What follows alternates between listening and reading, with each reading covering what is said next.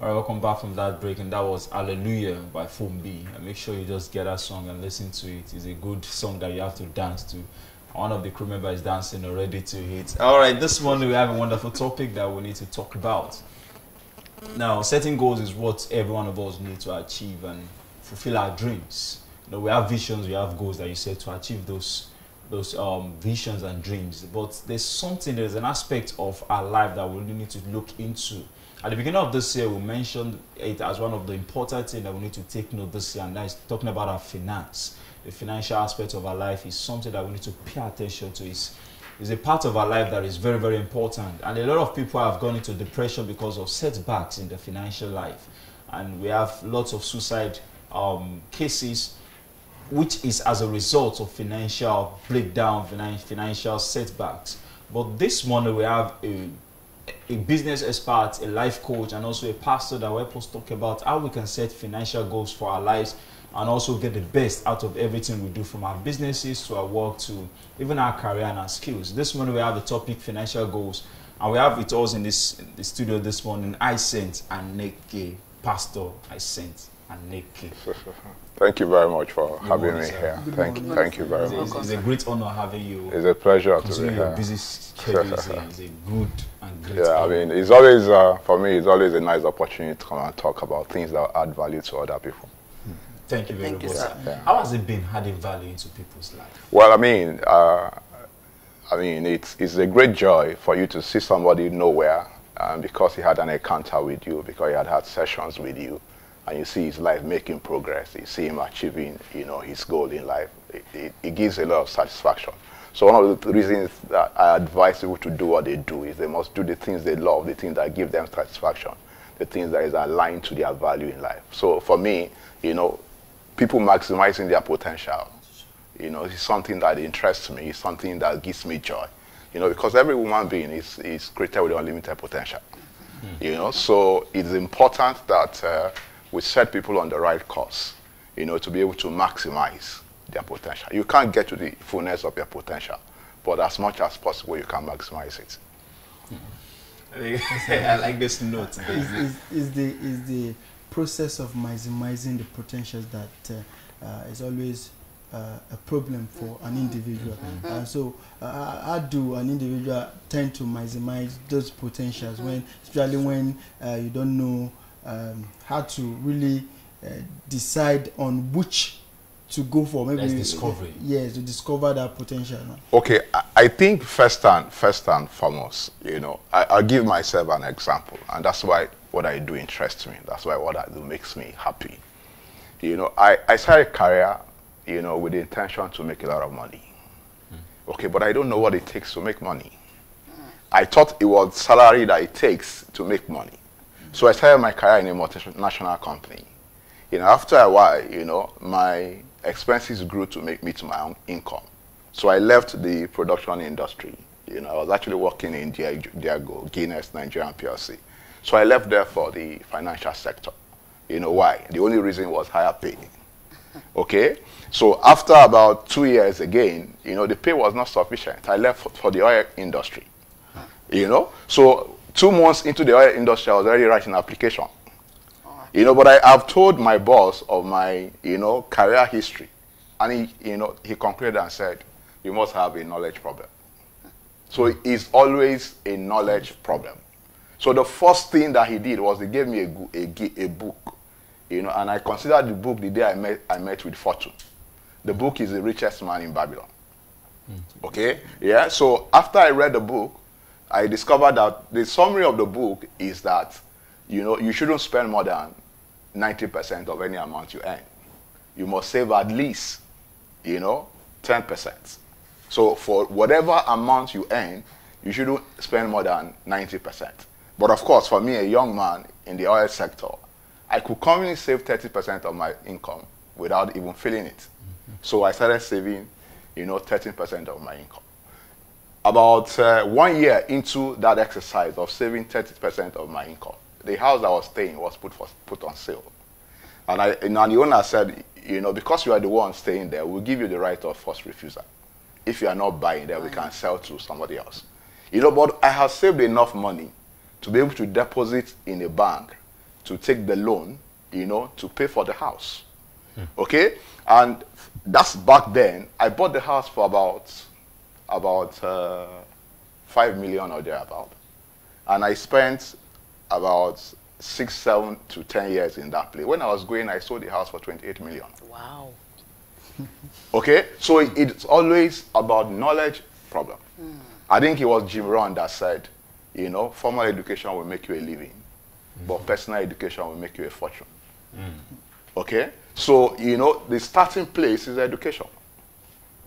It's always education, education, education. First is to realize, you know, that, you know, your potential is unlimited. Okay, then secondly, you know, you need to find out what do I do to realize it.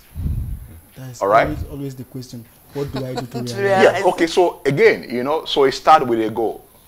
Okay. It starts with clarity about what do you want. You must get clarity. In fact, everything is clarity. You know, you will go through life confused. You will go through life frustrated. You will go through life, you know, I don't know the word to use, if you don't have clarity about what you want to go.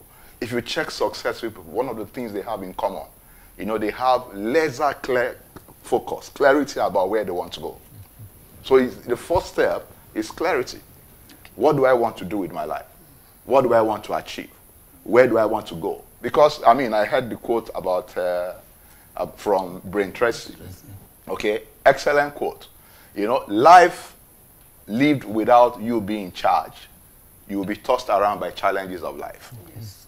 Okay, so goals make you to have control, to determine the changes that happen in your life, and to determine the direction you go in life. So it starts with, you know, clarity. Where do I want to go? All right.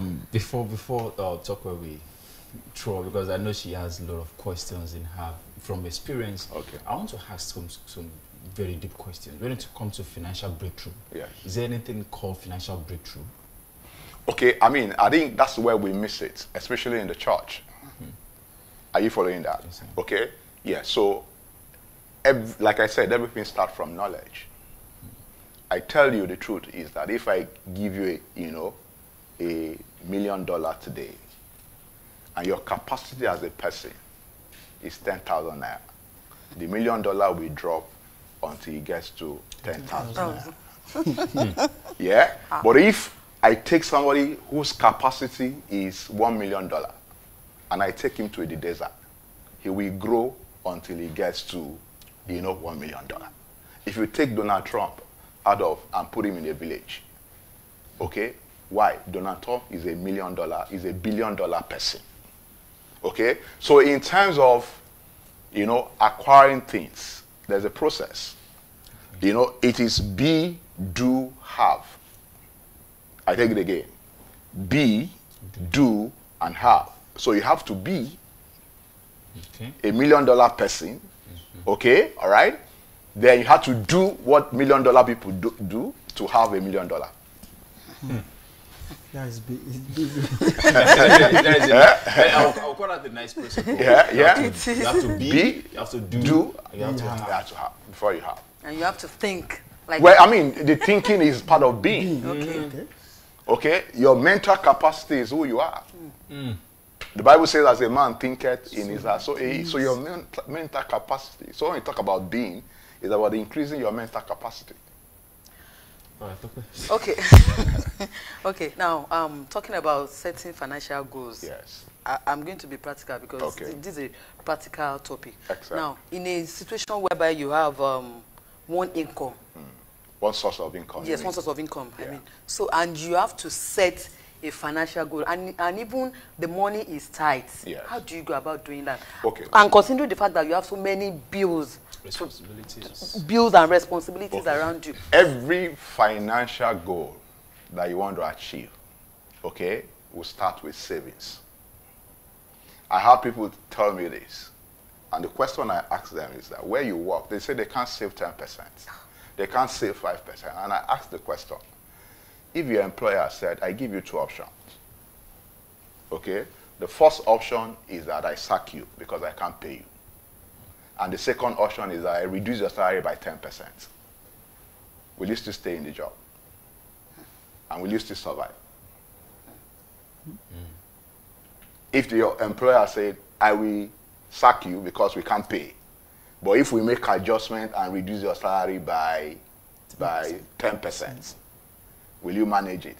Will you still survive? The answer is yes. Yes, yes. I was going to say that, yes. Yeah, okay. So, Yes. I mean, okay, that's where you need a mentor. I'll give you an example. You know, I used to pastor a church, and a young man came to me and said, Pastor, I want to commit suicide. And I said, what? He says, I will be 40. If I talk to, you know, women, they don't listen to me because I don't have anything. And I said, okay, what do you do? He said, I teach. How much is your salary? He says, I think it was then about 5,000. And I said, how much do you need to survive a month if you have to squeeze? He said, I can squeeze and survive with 3,000. I have a house. I've paid for a house for 1 year. And I said, okay, let's do this. Every month, save 2,000. Okay? 2,000 in 6 months. After 6 months, he came and said, I have 12,000. And I said, okay, what do we do? Listen to me. Once you have money somewhere, you have option. And I said, okay, what can we do with 12,000 in addition to your teaching? He said, I can supply egg. Okay, so he started supplying egg. And after a while, at the end of the year, he came to me and said, I have 60,000. What do I do with it? I said, what do you want to do with 60,000? He said, look, you know, after my school, I have a lot of free time. Can I, you know, I would like to get, I have interest in transportation. And I want to buy a car. Okay? And the car is, you know, 150,000 naira. I have 60,000 naira. Okay. From where we are starting from, I will take you to the church. They will give you the balance of 90,000 naira. And you'll be paying back 5,000 naira every month for 18 months. Okay? And we did that. Today, he has a set of buses that applies Warri to Lagos. So it starts from a goal, knowing where you are going to, begin to save. As you save the money, then you need counsel of an expert who will tell you what do you do with your savings. Okay? And as you begin to be diligent, consistent, you know, there are some values associated with financial goal. One is integrity, honesty, thrift, diligence, excellence. So once you add this value to your goal, okay, you find out that you will be making slow but steady progress. And there's what they call compounding effect. Okay? The things you do consistently over time the effect begin to compound. And when the people now begin to see the result, they call it breakthrough. So they don't know that these little things that you have been doing consistently and the results started compounding. Okay. So when the results started to show is when the compounding effect is felt. And people say you have a breakthrough. So what you've just told us now is that the fact that you have one source of income is not an excuse for you to say you can't set a financial goal. It's not an excuse. Okay, No one matter set of income is just a stepping stone. It's the first step. Okay, in fact, the truth is that if you have a source of income, you have an advantage over 90% of the people in the world. All right. It doesn't matter how much it is. All right. Thank you very much, sir, for the enlightenment. The phone line is open for those of you that have questions about finance.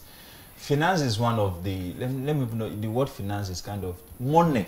Maybe it's the word money. Money is one of the major challenges that people go through every day. You find people hustling, let me use the word hustling to make this money. But with the practical example you have said this morning, I know you might have questions. The phone line is open for you to call in to contribute to this program by asking your question. And also on our social media platform, just drop your comments. We'll get to read them to the man of God and the man of knowledge. Sir, you mentioned something about slow but steady progress. And when the compounding effect, you explained the compounding effect that by the time the result has compounded to a point, when people start noticing it, they call it a breakthrough. Now, there's this thing about speed, financial speed that people talk about. I see youth now going into a lot of things, devilish things, immoral things, to just get the speed in achieving, to get money, not even achieving it, to get this money.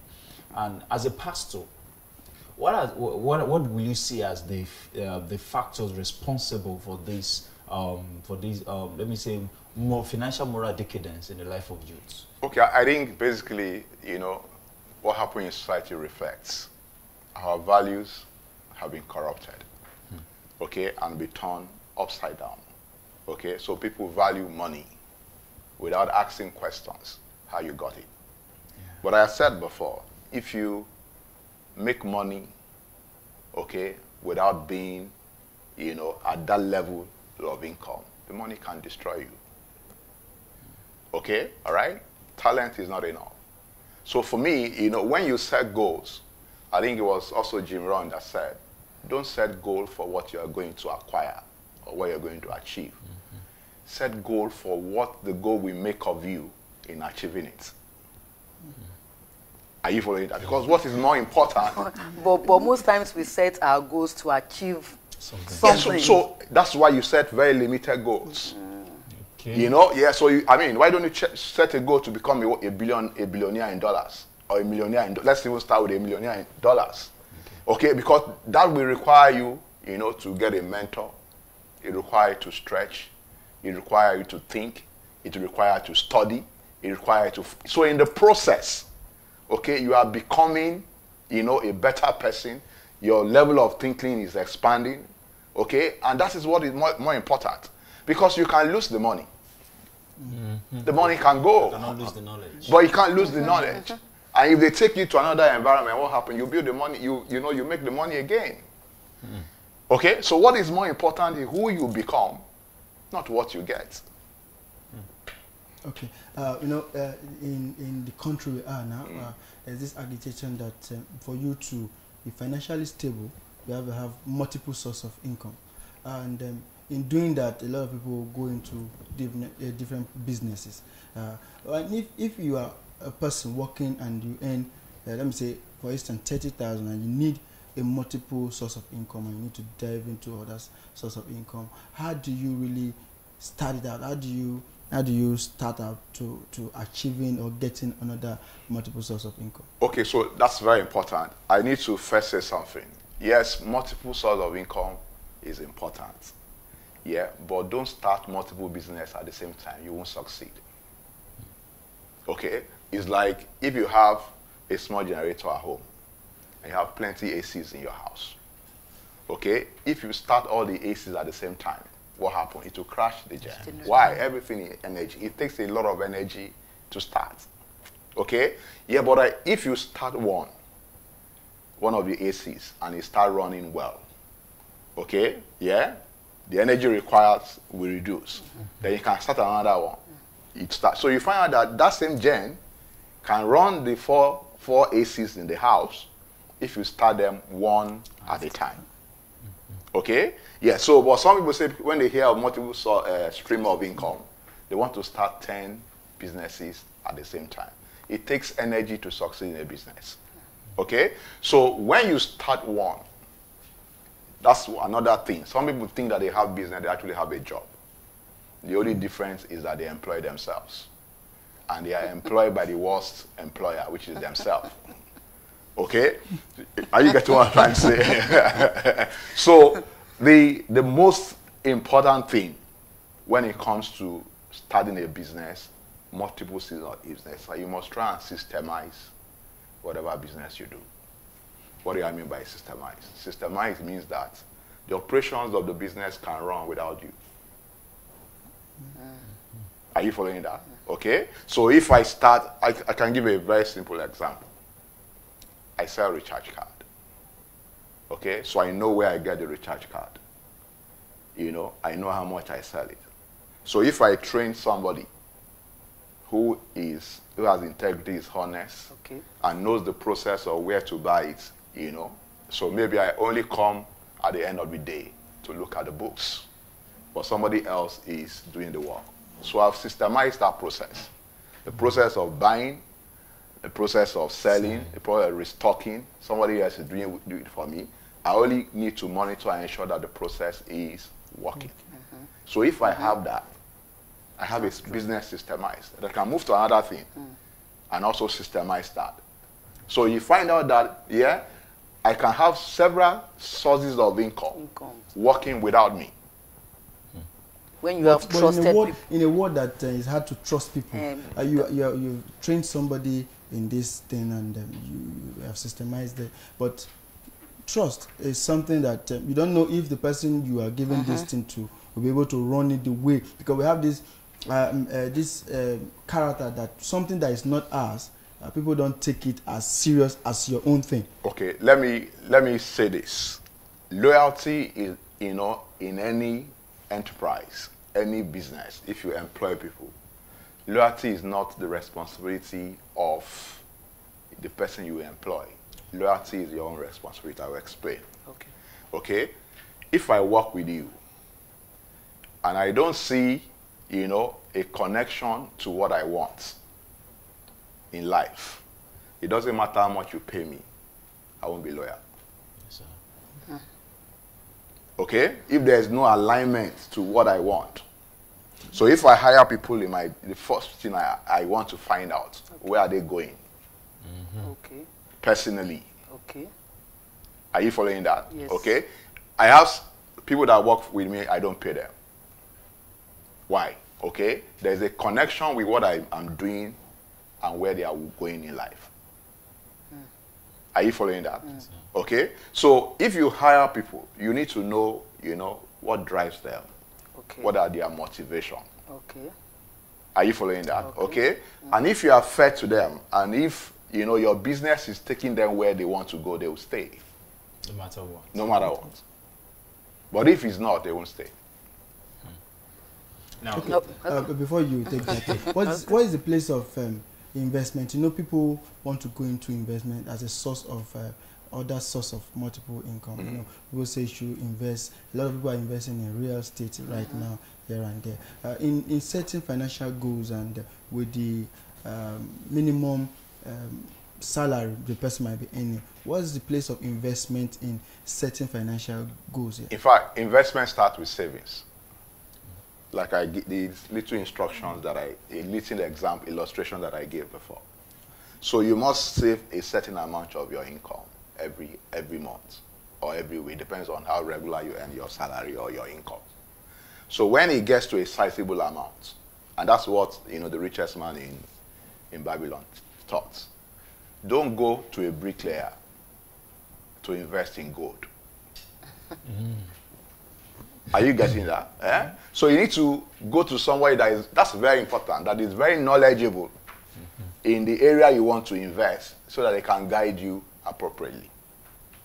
Okay. I give you another example. You know, when I, you know, moved from the financial industry to the oil industry, I was paid a lot of money. Okay, you know, relocation allowance, and many of us that left from Lagos to the Niger Delta were paid such amount of money. There was a guy who met a boss, and the boss said, "Don't spend your money. Okay, I'll tell you what to do with it." So he took his money and invested in stock markets. I bought a TV, one TV, then, far back then, for 250,000 naira. The TV is as big as, in fact, you need a forklift to move it. After 1 year, what happened? The TV, you know, flash screen was introduced. So the TV was obsolete. For the other guy, after 1 year, his stock doubled. And the boss sold half and gave him and said, "This is your money back. You still have the same amount in stock." Can you see the difference? Yes.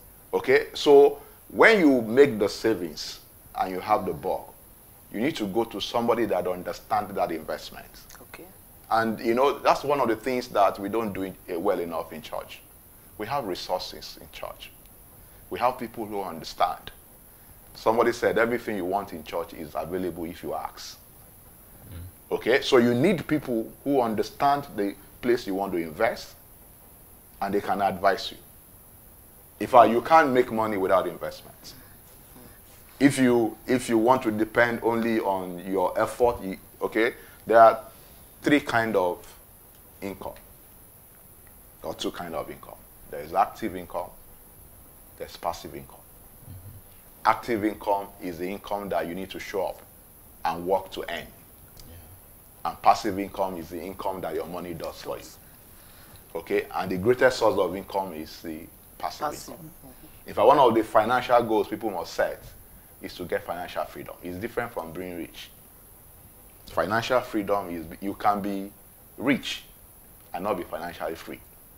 And you can be financially free and not be rich. Can you explain on that? Okay. So I give you an example. I have 100 million naira in my account. You know, but what happened? I'm not getting money. Money is not coming every time. 100 million naira is, anybody that has 100 million naira is rich. But the person is afraid. The person is worried. The person is scared. Why? Because what happened? Money is not coming every day. Maybe he's depleting and he doesn't have hope that maybe that contract will come, that whatever will come. Okay? The person is rich, but he's not financially free. Okay. Okay? The financially free man is the man that I've looked at my lifestyle. I need, you know, maybe like 1 million every month or 500,000 every month to meet all my expenses on a monthly basis. And I have assets that generates that on a monthly basis without me working. Whether I work or not, the investment is producing it. Okay? That person is financially free even though he's not rich. Basically, can go to bed. He can go to bed. The money is producing. Money is coming in. So for me, the first financial goal anybody should set is financial freedom. Okay, so because of our time, I don't know what happened to the time, but it seems it's running on. You used it. We all used it. Yeah. For people, when it comes to time, timing. Now I mentioned time because a lot of people will see that I'm out of time. I'm out of time. I don't have, age is not on my side. I don't really, I can't, because of my age, I can't start up something right now. And we have a lot of people that they're young, but they don't have this knowledge about being financially free. As a pastor, not even as a business partner, as a pastor, can you just help us encourage them? Both those that are old, they think they don't have time to be financially free, and those that are young, but they're just messing around with the time. Well, I think, there is no time that is late to start. Okay? I heard that the guy that started, what's it called, this chicken? Chicken Republic. Not Nigeria. McDowell. No, there's a tasty, something fried chicken abroad. Fried chicken. Not tasty is Nigeria, okay? There's an international version of it. Okay. The guy started the business at the age of 65. It's never late. Okay, it's never late.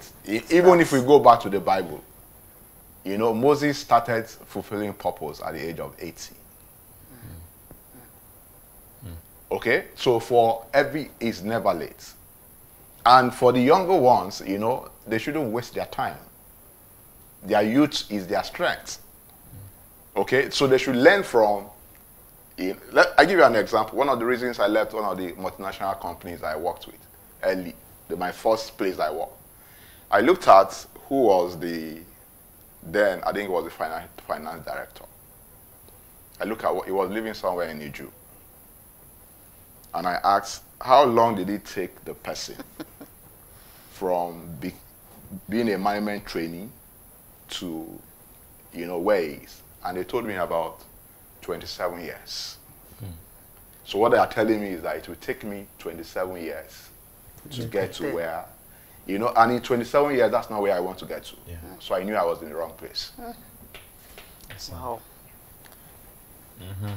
Yeah, okay. Position. Yeah, so, I mean, what they need to ask themselves is that if I continue living how I'm living right now, in the next how many years, what would that do to me? The problem with many people is that they don't think with long-term orientation. I'll give you another example. You know, I used to have a friend, 40, wasn't married. Okay, and I said, what's the problem? He said, he's still looking for money. And I said, okay, you are a civil servant? He said, yes. You have to retire at 60. He said, yes. I said, look at what you're doing first. How many children do you want to have? He said, 3 children. I said, okay, let's assume that you married today. Today, as I'm talking to you now. and after 9 months, God gives you a child. Okay? Your first child at 60 is going to be 20. Okay. Are you following that? Yes. Okay. You stop working. You stop working. You stop working. Your second child, if let's say they give you one year, is going to be 19. So at 60, you are still paying university school fees. You stop. And you stop any money. 1 month later, I got invitation card. All right. Basically, some people in life, they need a push. Yeah. And this morning, we're trying to push you to get out of your comfort zone to make money and to be financially free. So I want to appreciate you for coming on the program. Thank you very Trust God that we're going to have you back on this program to talk about financial freedom. We appreciate you. This is how far we can go this morning. I want to appreciate you for calling in. For those that called in, so sorry that we couldn't have the call. For those that dropped their question on the social media platform, we'll respond to it as soon as they're done this morning. Stay tuned. We'll be back tomorrow for another wonderful episode. God bless you.